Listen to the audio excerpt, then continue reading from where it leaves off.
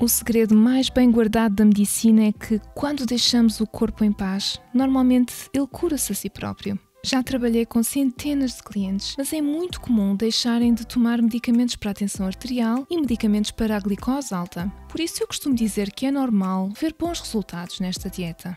Aqui estão os 5 mitos que quero discutir. Defendo que a nutrição não é uma emergência. Vou falar sobre como os hidratos de carbono não são um grupo alimentar. Também não importa de onde se obtém a proteína. Vou também mostrar-vos que saltar refeições não destrói o vosso metabolismo e, finalmente, vou terminar com o facto de que não existe uma dieta perfeita. Olá a todos, obrigada a todos por estarem aqui e obrigada à conferência The Real Truth About Health por me terem recebido. Estou a falar-vos ao vivo de Los Angeles, Califórnia, e estou entusiasmada por falar convosco sobre o meu assunto favorito, que são as plantas. Quando me tornei uma nutricionista registada há 16 anos atrás, não me apercebi que o meu verdadeiro título de emprego deveria ser desmontadora de mitos sobre nutrição. Isto porque há tantos mitos sobre nutrição. É como eu costumo dizer, toda a gente come, portanto todos são peritos no que devem comer. Especialmente e particularmente quando se trata de plantas e dietas baseadas em plantas. E existe uma quantidade extraordinária de mitos quando se fala de dietas à base de plantas. Por isso hoje queria falar e desmascarar alguns destes mitos. E espero dar-vos alguma confiança por descomplicar algumas das mensagens confusas. E espero também inspirar-vos a continuar a vossa própria viagem com confiança e curiosidade. Por isso vou começar a minha partilha de ecrã. O que é para si nutrição? É um combustível? É um conjunto detalhado de processos bioquímicos complicados? Ou é um belo prato de comida?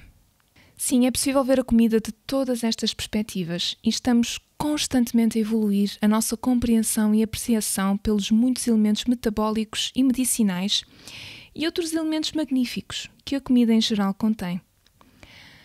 Talvez a mais controversa, confusa e provocadora de todas as ciências seja a nutrição. Para comparar, pense na química. A química oferece estas fórmulas e equações, não demasiada confusão, certo? Ou até mesmo na anatomia e fisiologia. Os cientistas deram nomes a partes do corpo e processos sem precisar de haver constantes debates ou críticas, especialmente pelo público. Em contraste, toda a gente come, portanto, todos são peritos no que devem comer. Mas a comida está tão intimamente interligada connosco mesmo, com a nossa cultura, a nossa história, as nossas famílias, as nossas relações, as nossas emoções, as nossas férias e celebrações. Está em todo o lado. A comida está profundamente entrelaçada em todas as partes das nossas vidas.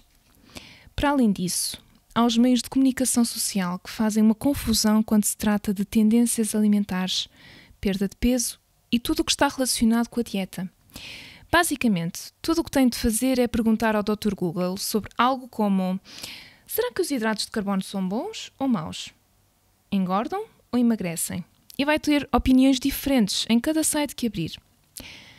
De alguma forma, a ciência da nutrição e da saúde ficou para segundo plano e deu lugar a uma multidão de opiniões e debates. Penso que muitos de nós aqui já sabemos que há uma miríade de vantagens de se ter uma alimentação integral à base de plantas, a qual eu vou falar e resumir daqui a pouco. Mas hoje eu quero resolver alguns mitos. O famoso economista Milton Friedman citou uma vez uma fonte desconhecida numa palestra que proferiu sobre 5 mitos económicos e disse que um mito é como um colchão de ar. Não tem nada dentro dele, mas é maravilhosamente confortável. Mas quando esvazias, dá-te um abanão desconfortável. Por isso, hoje vou pedir emprestado essa analogia e espero dar-vos a todos um pequeno abanão. Aqui estão os 5 mitos que quero discutir. Em primeiro lugar, defendo que a nutrição não é uma emergência. A seguir, vou falar sobre como os hidratos de carbono não são um grupo alimentar. Também não importa de onde se obtém a proteína. Vou também mostrar-vos que saltar refeições não destrói o vosso metabolismo e, finalmente, vou terminar com o facto de que não existe uma dieta perfeita. Portanto, comecemos pela nutrição. Será que a nutrição é uma emergência? De acordo com a Organização Mundial de Saúde, em 2015 havia quase 2 milhões de adultos em todo o mundo com excesso de peso. Destes, mais de 600 milhões eram obesos, enquanto 462 milhões estavam abaixo do peso. Nesse mesmo ano, 42 milhões de crianças com menos de 5 anos tiveram excesso de peso ou foram obesas, mas 156 milhões foram demasiado baixas para a sua idade e 50 milhões de crianças foram demasiado magras para a sua altura. Assim, a má nutrição continua a causar quase metade das mortes em crianças com menos de 5 anos, enquanto os países de rendimento baixo e médio testemunham agora um aumento simultâneo do excesso de peso e obesidade infantil, aumentando a um ritmo de 30% mais rápido do que nos países mais ricos. Por isso, chamam a isto o duplo fardo da subnutrição. Mas isto oferece uma oportunidade importante e única para uma ação integrada da desnutrição em todas as suas formas. Mas mesmo neste contexto, o modelo de deficiência persiste. O que me foi ensinado na minha pós-graduação, o que se ensina aos médicos, é esta busca de ter o suficiente. Ensinam-nos que tudo está sobre este pressuposto de que há um novo truque e temos de nos preocupar em conseguir o suficiente. E é a partir daí que tudo começa.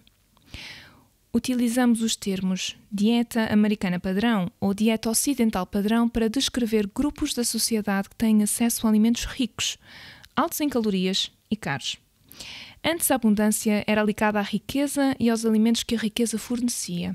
Vinha embalado com estas respectivas doenças da abundância, doenças não transmissíveis, tais como doenças cardiovasculares, certos cancros, diabetes tipo 2 e doenças autoimunes.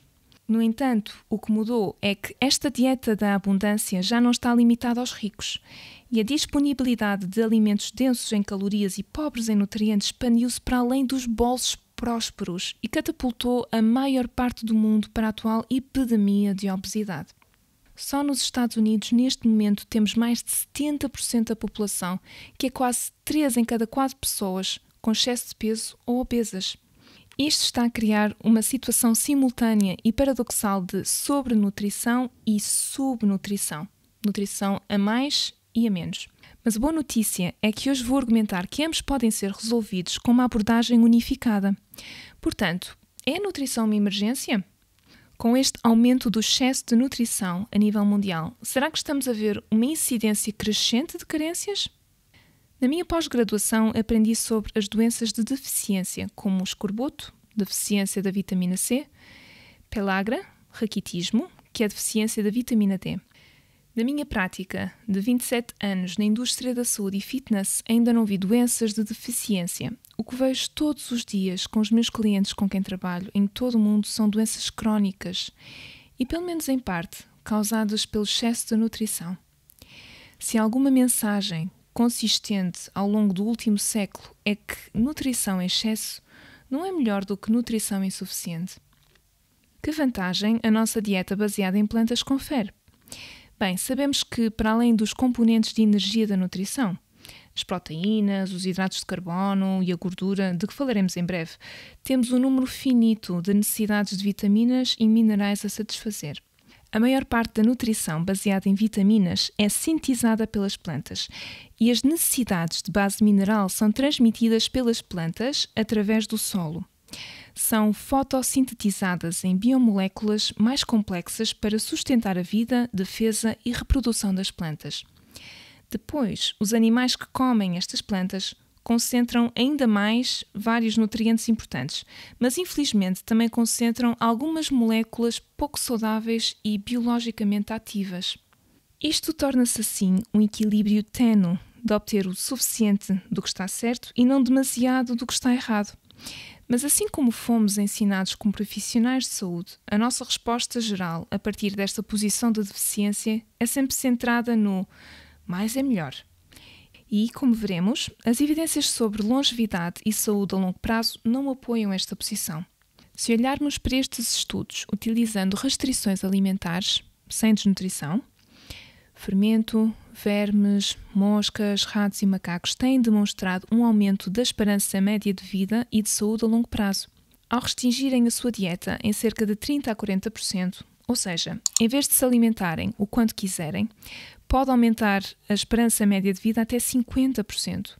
Nos mamíferos maiores, utilizando restrições dietéticas, vemos proteção contra certos cancros, diabetes tipo 2, doenças cardiovasculares, doenças autoimunes e proteção contra a degeneração neurológica. Há ensaios a curto prazo em humanos que demonstram muitos dos mesmos biomarcadores precoces vistos em outros organismos. Por isso, como pode ver, não parece que mais seja melhor. E não estamos numa crise em termos de conseguir o suficiente. Talvez menos seja mais. Então, a questão seguinte: hidratos de carbono. Algodão, casca de caranguejo, papel, batatas, feijões, açúcar e cereais integrais. Estes são todos hidratos de carbono. Mas será que estariam todos numa categoria se não utilizássemos o termo hidratos de carbono? São todos isometabólicos, mas não são para humanos, certo? É como comparar maçãs com sumo de laranja. E enquanto chamarmos a todas estas substâncias hidratos de carbono ou carboidratos, vamos todos ficar confusos. Penso que ninguém aqui colocaria um maravilhoso guisado de lentilhas saudável na mesma categoria que um cereal de pequeno almoço fortificado com açúcar. No entanto, há muitos estudos cegos, controlados e aleatórios que são de excelência, mas que fazem exatamente isso. Brincam com proporções de macronutrientes. A questão que não é feita com muita frequência é: comparado com o quê? Ao organizar estes grupos isoenergéticos na mesma categoria, criamos esta enorme confusão e criamos infinitos debates improdutivos sobre hidratos de carbono e gorduras, low carb, baixa gordura, altos hidratos. Ficou tudo absolutamente louco e confuso. Aqui está outro exemplo. Quantos de vocês considerariam uma batata um hidrato de carbono? Bem, enquanto muitos de nós queremos equiparar a nível dietético uma batata inteira a comida de plástico altamente processada como batatas fritas de palito ou batatas fritas de pacote, é completamente inapropriado fazê-lo. E isso levou a algumas fracas decisões de política nacionais de alimentação e guias de consumidor. Neste livro de Jennifer Wolfe, que se trata do seu trabalho académico sobre a batata e a dieta humana, ela salienta que, ao contrário da opinião popular de que a batata é uma fonte rica de energia e uma fonte pobre de proteínas, vitaminas e minerais, as provas são claras de que, a menos de que seja frita, a batata contém proteínas de alta qualidade e muitos nutrientes. Se as necessidades calóricas diárias forem satisfeitas, a batata pode tornar-se a única fonte de proteína dietética. Você pode pesquisar isso. Pergunta ao Dr. Google e, se for apoiar isto com a informação da base de dados de nutrientes da USDA, uma batata cozida, grama por grama, tem o que é conhecido como pontuação de aminoácidos melhor do que a carne de vaca 90% magra. Aqui, 100 é uma proteína completa. Então, até aqui, sobre a macroconfusão, que é o termo que gosto de usar, deve estar muito claro. Hidratos de carbono não é um grupo alimentar e as batatas são fontes de proteína dietética. Se você disser isto, é uma heresia nutricional, mas os factos são claros e todos sabemos que a proteína não é um problema. Portanto, falemos mais sobre proteína. Este é o rei dos macronutrientes e todos estão nesta busca constante de obter proteína suficiente. E isso levanta a questão: onde é que vamos buscar a proteína? Bem, antes de olharmos para ela na dieta, vamos certificar-nos de que fica tudo claro. Vamos falar sobre o que realmente é uma proteína e como é usada como um elemento da vida. Proteínas são os blocos de construção da vida. Elas formam a base de cada estrutura e função em todos os organismos vivos e elas constituem as enzimas, as fibras, as hormonas, as unhas, os anticorpos e por aí adiante. No entanto, a proteína não é um grupo alimentar. Isto não é uma proteína, é um ovo. Os ovos contêm proteínas, mas as batatas também. E os feijões e todas as coisas vivas. Cada planta contém todos os aminoácidos em diferentes proporções. É o mesmo em cada uma das células vivas. E isto é interessante porque nós não temos apenas proteínas. Temos milhares de diferentes proteínas. Não é uma substância singular como todos pensam. Assim como não podemos dizer que o metal descreve adequadamente o ferro, o alumínio ou o ouro. Proteína simplesmente não é suficientemente descritivo. Precisamos saber mais. A nossa verdadeira busca em relação à proteína dietética resume-se a adquirir os aminoácidos essenciais necessários à vida. Falando livremente, existem 20 aminoácidos que atuam como as 26 letras do alfabeto. Quando se digere uma planta ou uma proteína animal, estes são decompostos nas letras individuais e depois reconstruímos-los em palavras, frases e parágrafos do nosso livro genético da vida. O problema é que nenhum animal produz todos os 20 aminoácidos. É um risco e é preciso comprar uma vogal através da dieta para completar as palavras. Então, isto leva-nos de volta à questão original. Onde é que vamos buscar a proteína? Bem, aqui quero ir um pouco mais fundo e salientar que cada um dos 10 trilhões de células do seu corpo tem milhares de proteínas diferentes que realizam uma incrível variedade de atividade a que chamamos vida. O ADN de todos os organismos é um projeto de dezenas de milhares de proteínas que compõem todas as células vivas. Os animais, ao contrário das plantas, têm de adquirir alguns dos aminoácidos base ou essenciais através da dieta.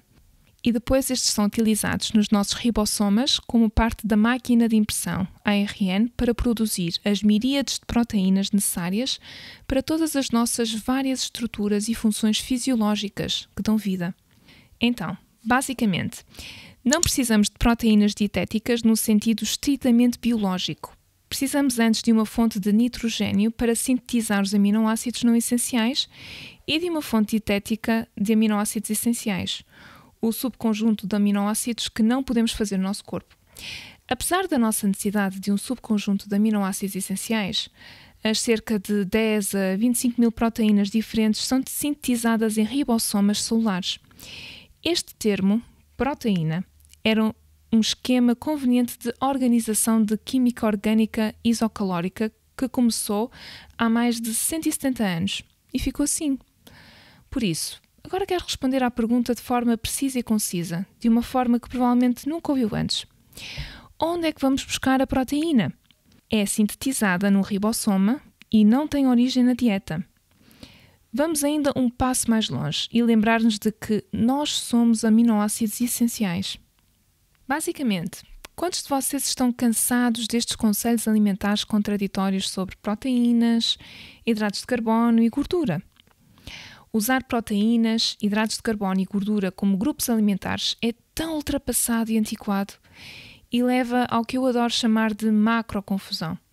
Estes termos são de origem orgânica e bioquímica e não são específicos, nem sequer nos dizem o que fazer quanto ao que comer. Não faz nenhum sentido a nenhum nível. Tanto que o meu exemplo favorito é de 2018. No jornal The Lancet, houve um artigo que concluiu que ambas as dietas, de baixo e alto nível de hidratos de carbono, aumentavam a mortalidade. O que é que se faz com uma informação destas? É completamente inútil. Nem sequer sabemos o que significa. Para complicar ainda mais as coisas, a maioria dos alimentos tem alguma combinação de proteínas, hidratos de carbono e gordura. Quando se olha para todos os alimentos que são plantas integrais, eles têm uma combinação, uma proporção dos 3 macronutrientes. Portanto, será que isso é realmente importante? Eu argumento que não. Não tem mesmo importância. Precisamos de mudar a conversa para coisas que compreendemos, todos nós, desde os leigos aos meios de comunicação social, até os profissionais de saúde e investigadores que estão a tentar compreender como recomendar o que se deve comer e o que é melhor de uma dieta. Portanto, outra forma de falar sobre isto é falar sobre grupos alimentares. E esta é uma mnemónica chamada o triângulo alimentar que podemos usar para falar e trazer a conversa de volta à comida. Basicamente, aqui está organizado pela densidade energética, de modo que ao descer no triângulo aumenta em densidade energética. Isto ajuda as pessoas a entender as necessidades de micronutrientes, que obtemos principalmente do topo do triângulo, sem conduzir à sobrenutrição crónica, que veremos na parte inferior do triângulo. Assim, no topo do triângulo aqui, veremos as verduras, vegetais crucíferos, caules como espargos e aipo, tubérculos e cogumelos. Estes alimentos no topo tornam-se a base nutricional das refeições diárias, em vez das alternativas mais densas em energia que se vê na base. Fornecem também uma fonte muito rica de fitonutrição e fibras que podem ser consumidas basicamente em quantidades ilimitadas, e também estas são muito importantes para o microbioma. Eu defendo que os fitonutrientes e as fibras são os 2 nutrientes mais importantes que podemos consumir. Em cada lado descendente do triângulo alimentar, a densidade energética aumenta. Os alimentos do lado esquerdo são de origem animal e no lado direito provêm de plantas.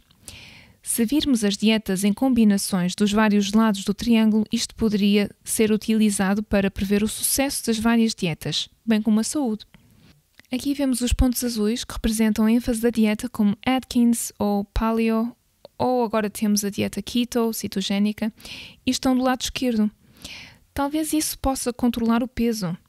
Isto explicaria porque é que as pessoas perdem peso a comer desta forma, porque limita os alimentos ricos em amido do lado direito do triângulo alimentar. Às vezes laticínios ou carne vermelha ou outros produtos de origem animal específicos são também eliminados em algumas destas dietas. Agora, para comparação, a dieta ocidental tende a concentrar-se mais na parte de baixo do triângulo. Molho de carne e massa, caril e arroz, carne e batatas, peixe e batatas fritas, hambúrguer e batatas fritas. Por isso gostamos de chamar a isto de alimentação do fundo. Isso faz com que as refeições sejam mais densas em energia. E a obesidade e a sobrealimentação crónica é uma consequência não intencional deste tipo de alimentação. Ficaria surpreendida ao saber que a dieta vegetariana esteja também aqui agrupada no fundo. Tem claramente algumas melhorias, mas se adicionar ovos e laticínios a uma alimentação à base de plantas, isto aumentaria o potencial da alimentação do fundo, como por exemplo uma pizza de queijo, ovos e um bagel ou uma massa com natas. E isto também pode levar ao aumento de peso e a doenças crónicas. É claro, tornando isto ainda mais arriscado são os adulterantes alimentares altamente refinados, açúcar, sal, óleo e farinha, que não estão incluídos no triângulo alimentar, mas que também chegam aos nossos pratos. Agora, se olharmos para o lado direito do triângulo, é aí que veríamos uma dieta vegana. Isto enfatiza as plantas ricas em amidos como fontes de energia primária. A exceção aqui seriam os frutos secos e as sementes, que são uma excelente fonte de fitonutrientes e dos necessários 1 a 3% de ácidos gordos essenciais. É preciso também ter cuidado com estes novos produtos que se vendem por aí, porque pela primeira vez nos meus 16 anos de ensino de nutrição à base de plantas, tenho clientes veganos que vêm ter comigo com os mesmos problemas de saúde omnívoros. E quando olho para os seus diários alimentares, vejo que eles acham que por comer comida vegana ou plant-based que estão a ser automaticamente saudáveis. Mas o que queremos mesmo é centrar-nos nos alimentos integrais à base de plantas, porque é aí que começa toda a magia do que vamos falar.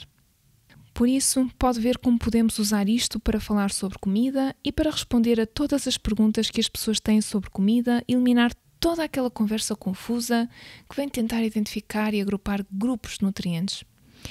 Não existe uma relação perfeita de macronutrientes. É por isso que existe tanto debate. É muito melhor afastar-se destes termos e aproximar-se mais de falar sobre alimentos.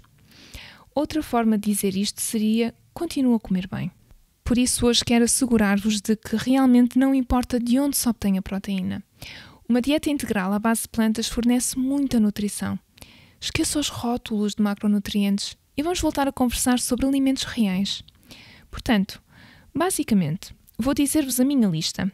Quero que comam vegetais, frutas, cereais integrais, leguminosas, cogumelos, frutos secos como nozes, amêndoas, etc., sementes, ervas e especiarias em infinitas combinações saborosas.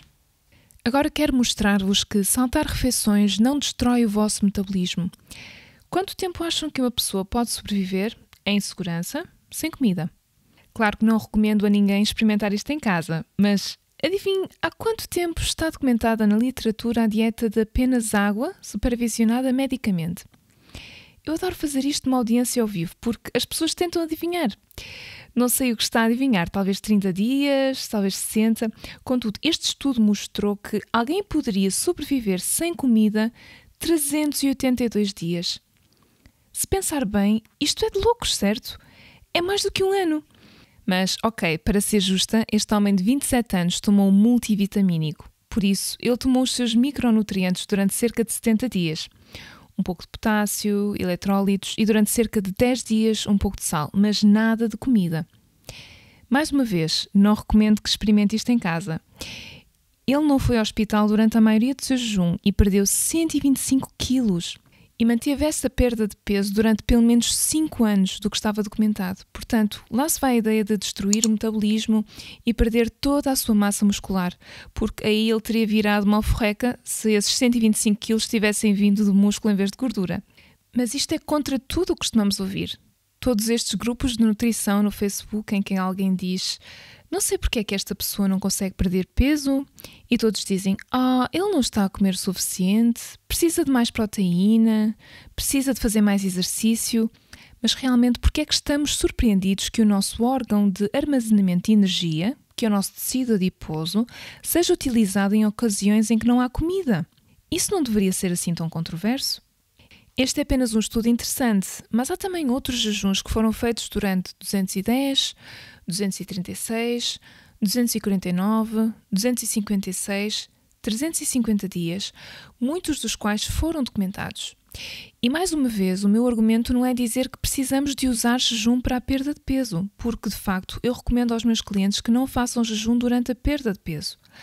Mas a questão é, como é que conciliamos conselhos dietéticos centrados em comer de 2 em 2 horas, mantendo literalmente o nosso metabolismo atiçado, passando basicamente o dia inteiro no estado pós-prandial ou alimentado, com este caso médico contraditório e bem documentado a ser também verdade? A fotografia aqui na parte superior esquerda representa cerca de 2 kg de gordura corporal. Fiz parte de uma experiência metabólica e perdi 2 destes em cerca de 18 dias. A ideia de que o nosso corpo não utiliza o seu órgão de armazenamento de energia em tempos de ausência de comida simplesmente não é verdadeira. Claro que usamos a gordura em tempos de déficit. Os animais que davam prioridade aos músculos e cérebros para combustível durante os tempos de ausência de combustível não foram assim tão longe como os que usavam gordura. Portanto, vamos analisar o metabolismo porque todos nós usamos essa palavra e provavelmente poucos de nós apreciam realmente os detalhes. Portanto, essa sou eu, em baixo, à esquerda, a medir o meu metabolismo. E o ser roxo no meio é o mitocôndrio. E os mitocôndrios são as centrais elétricas de quase todas as células do nosso corpo. Glucose ou gordura podem ser utilizadas como combustível e, quando combinadas com o oxigênio que respiramos, são oxidadas ou queimadas, produzindo a energia que alimenta o corpo juntamente com o dióxido de carbono, água e calor desperdiçado. Lembre-se de que todas as perdas de gordura durante uma dieta saem através da respiração como dióxido de carbono. Então, ao medir cuidadosamente o dióxido de carbono produzido e o oxigênio consumido, podemos determinar não só a taxa metabólica, mas também podemos até determinar a quantidade de gordura ou glicose que estou a utilizar minuto a minuto. Em um relatório como este, e se fizermos zoom in, podemos ver que a minha taxa metabólica durante o jejum de 4 horas foi de 1378, o que é um pouco mais elevada do que as equações padrões previstas de 1278. Normalmente estaria a usar metade desta glucose, mas como estava no modo perda de peso nas semanas anteriores, estava a queimar 77,5% da gordura corporal. Na verdade, estava a queimar mais de metade. Aqui está outra experiência que me deu uma mudança metabólica ao longo de 42 dias, enquanto manteve uma perda de peso de 12 kg, utilizando 3 regimes alimentares diferentes. Alimentos integrais, amido nas primeiras 2 semanas e depois saladas, e vegetais cozidos a vapor nas segundas 2 semanas, seguidas de 2 semanas de jejum medicamente supervisionada, apenas bebendo água. De notar que a perda de peso permaneceu constante. Perdeu peso tão rapidamente enquanto comia, como no jejum. Ouvimos constantemente falar destes medos, a queda do metabolismo e do modo de fome que armazena a gordura, mas os estudos não apoiam estas hipóteses. Esta linha aqui representa o declínio médio, à medida que o metabolismo se ajusta para baixo juntamente com o peso. O que frequentemente não é dito é que isto é exatamente o que foi previsto pela equação metabólica de Harris-Benedict, que data de 1919. Essencialmente, o nosso metabolismo sobe e desce juntamente com o peso. Ele escala com o peso. Aqui pode-se ver que essa inclinação, ou a taxa de metabolismo decrescente prevista pela perda de peso, é quase idêntica à prevista há um século atrás. Não é fantástico como as linhas coincidem? há um conflito ainda mais significativo com ideias populares sobre dieta e é semelhante ao que vimos na minha própria perda de peso. A percentagem de utilização de gordura durante 42 dias, na verdade, aumentou. O modo de fome é um mito e saltar refeições não destrói o seu metabolismo. Basicamente, ele escala juntamente com o peso. Por isso, finalmente quero esclarecer o mito final de que não existe uma dieta perfeita. Quando se procura respostas sobre dieta, muitas vezes esta é a questão que nos falha. Alguns poderão perguntar: o que é que nós comíamos? E alguns olham para o passado em busca de orientação sobre uma dieta humana saudável. Mas a sobrevivência humana sempre se baseou na questão de o que é que podemos comer. Em termos de sobrevivência, a nossa capacidade de processar uma vasta gama de materiais naturais em comida impulsionou a nossa migração para todos os continentes e um vasto leque de ambientes inóspitos. Somos a espécie mais adaptável do planeta. Mas a minha paixão e procura de uma saúde de topo através da nutrição centrou-se ainda mais uma questão: o que é que devemos comer? Esta pergunta tem muitas respostas e, por vezes, até as respostas entram em conflito. Evolução é simplesmente mudança ao longo do tempo e não determina a dieta. A nossa dieta pode ser optimizada para muitas situações: sobrevivência, saúde, reprodução, longevidade, ideologia ou mesmo competição atlética. Mas não existe uma dieta perfeita. Não fomos concebidos para comer nada. Os seres humanos podem comer muitas coisas e é por isso que têm habitado uma diversidade de ambientes tão grande na Terra. Encontrar pinturas na parede de uma caverna ou uma ferramenta primitiva feita de osso não há uma opinião definitiva sobre o que é ideal em termos de nutrição por agora. Assim, a pergunta "o que devemos comer?" abre esta conversa, permitindo-nos considerar e construir sobre séculos de investigação que abordam a partir de uma perspectiva moderna, uma perspectiva que incorpora todo o conhecimento e a tecnologia acumulados. Ao mesmo tempo, será possível que os nossos padrões alimentares atuais, resultantes de servir os seres humanos durante o passado século, uma época de mudança sem paralelo para uma dieta de abundância pouco saudável, tenham também enfatizado em demasia algumas áreas da nutrição e depois ignorado outras? A forma como fazemos estas perguntas e como encaramos a nutrição pode limitar involuntariamente as potenciais soluções. Ao encerrarmos estes 5 mitos comuns, vimos que a nutrição excessiva conduz a muitas doenças crónicas e que, para a saúde a longo prazo, menos é mais.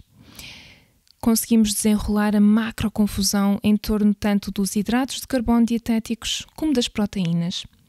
Vimos que saltar refeições, mesmo durante mais de um ano, não destruiu o metabolismo. E, finalmente, conseguimos demonstrar que a dieta pode ser optimizada para muitas variáveis e que todas as abordagens envolvem alguma concessão. Agora que já receberam os nossos abanões desconfortáveis, quero passar o tempo que resta com uma visão geral das recomendações sobre como complementar a nutrição no seu prato. Como já disse, sobre a lista que adoro, quero que comam uma dieta de vegetais, frutas, cereais inteiros, leguminosas, cogumelos, frutos secos, sementes, ervas e especiarias em infinitas combinações saborosas. Aqui está um exemplo de como uma dieta saudável pode ser, cheia de cor, variedade e equilibrada. Todos concordam. A USDA, o Instituto Americano de Investigação do Cancro, a Escola de Saúde Pública de Harvard, metade do seu prato deve vir de frutas e vegetais. Aproximadamente um quarto do prato, eu costumo dizer um copo ou um copo e meio por dia, deve vir de leguminosas, que são feijões, lentilhas, ervilhas, hummus, deve estar neste grupo. E depois alimentos de soja como tofu e tempeh. Cereais inteiros como quinoa, arroz e aveia podem substanciar as suas refeições para ter saciedade e diversidade culinária. E, finalmente, a gordura deve vir de alimentos integrais, tais como frutos secos, sementes e abacates, e devem ser utilizadas em pequenas quantidades. Mas há uma abundância de provas que mostram vantagens cardiometabólicas, controle de peso e outras vantagens de consumir 30 a 40 gramas de frutos secos e sementes por dia. Aconselho a minimizar ou mesmo considerar a eliminar a utilização de óleos, uma vez que são 100% pura gordura concentrada com o mínimo de nutrientes, sem fibras e tornam o controle de peso mais desafiador, que é a razão pela qual a maioria dos meus clientes vem ter comigo. Mas, mesmo que não queira perder peso, cozinhar e assar sem óleos é algo que deve considerar, porque é tão fácil e tão prático e só precisa de algumas afinações na cozinha. A Academia de Nutrição e Dietética publicou em 2016 um artigo com a sua posição sobre dietas vegetarianas e veganas.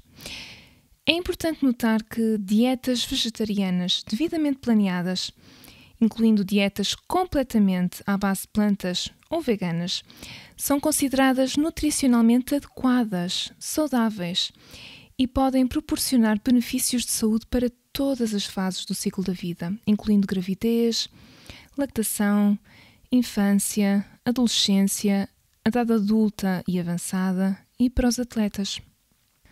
Há 2 livros atrás escrevi o Plant-Based Nutrition Idiot's Guides e depois escrevi o The Health Span Solution. E eu estou a terminar o meu próximo livro, que tem de ser entregue na segunda-feira. Com isto tenho andado ocupada. Vai sair em dezembro e tem o título The Choose You Now Diet e fala de todas as necessidades nutricionais, dos pormenores desde a gravidez até aos idosos e atletas e tudo isso.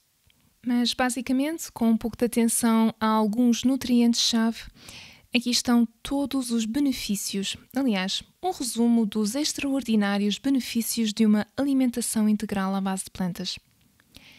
É a única dieta que alguma vez mostrou que consegue realmente inverter a fase avançada de doenças cardiovasculares e diabetes tipo 2. E os comedores à base de plantas também demonstraram ter um IMC e gordura corporal mais baixos, mortalidade geral e mortalidade por doenças cardíacas e isquémicas mais baixas, necessidade de medicação reduzidas e eu costumo dizer que é normal ver bons resultados com esta dieta. Já trabalhei com centenas de clientes e é entusiasmante porque, em todos os casos, eles reduzem o uso de medicamentos. Não todos os medicamentos. Obviamente, para isto, tem que se falar com o seu profissional de saúde. Mas é muito comum deixarem de tomar medicamentos para a tensão arterial e medicamentos para a glicose alta. Há coisas que nos ensinaram na pós-graduação que nunca seriam possíveis, como, por exemplo, se começássemos a tomar esses medicamentos, seria para toda a vida. Mas eu vejo constantemente os meus clientes a deixarem de tomá-los apenas por mudarem para esta dieta. Por isso eu costumo dizer que é normal ver bons resultados nesta dieta. Vemos também controle de peso sustentável, redução da incidência de hipertensão, hiperlipidemia e hiperglicemia, redução do risco de certos cancros e redução de marcadores inflamatórios de obesidade. Uma dieta baseada em plantas permite-lhe viver durante mais tempo e não apenas sobreviver mais tempo. Então, o que é para si nutrição? É um combustível? Um conjunto de mecanismos bioquímicos? Ou é sabor e beleza num prato? É evidente que as 3 têm importância, mas a comida tem sido enrolada numa teia tão complicada de preconceitos técnicos e sociais que, na maioria das vezes, as pessoas acham todas essas mensagens confusas, contraditórias e demasiado ofuscantes. John Lubbock diz que o que vemos depende principalmente do que procuramos. Isto significa que os nossos próprios preconceitos pessoais são frequentemente confirmados. E isto acontece na educação que recebemos, nos meios de comunicação e mesmo nos círculos sociais. Todos têm uma opinião sobre a alimentação e, com todas as contradições que existem, algumas destas opiniões estão, de certeza, erradas. Se puder deixar-vos a todos com uma simples mensagem, seria olhar para além do que ouvem e leem sobre nutrição. Talvez seja muito mais simples do que parece. E eu estou confiante de que, se fizerem um esforço diário para comer mais porções de vegetais, frutas, grãos inteiros, legumes, cogumelos, frutos secos, sementes, ervas e especiarias em combinações saborosas, vocês vão ver resultados positivos. Como vimos, isto pode ser devido às propriedades promotoras de saúde das plantas, bem como aos alimentos que são evitados, por depender mais destes alimentos de origem vegetal. Não precisa de começar a 100%. E lembre-se, cada dentada é importante. Pessoalmente, depois de 16 anos, posso dizer que as minhas análises ao sangue têm estado ótimas. Sinto-me muito bem. O meu peso tem sido fácil de manter. Sinto-me mais enérgica do que nos meus 20 ou 30 anos. O segredo mais bem guardado da medicina é que, quando deixamos o corpo em paz, normalmente ele cura-se a si próprio. Obrigada por me ouvirem. Gostaste desta palestra? Podes fazer download dos slides em PDF para poderes guardar e analisar melhor. Se quiseres aprender mais sobre esta dieta, assista à palestra Introdução a uma alimentação integral à base de plantas, do Dr. Anthony Lim. Toca no vídeo de cima para veres essa palestra. Para veres outro vídeo, toca no de baixo.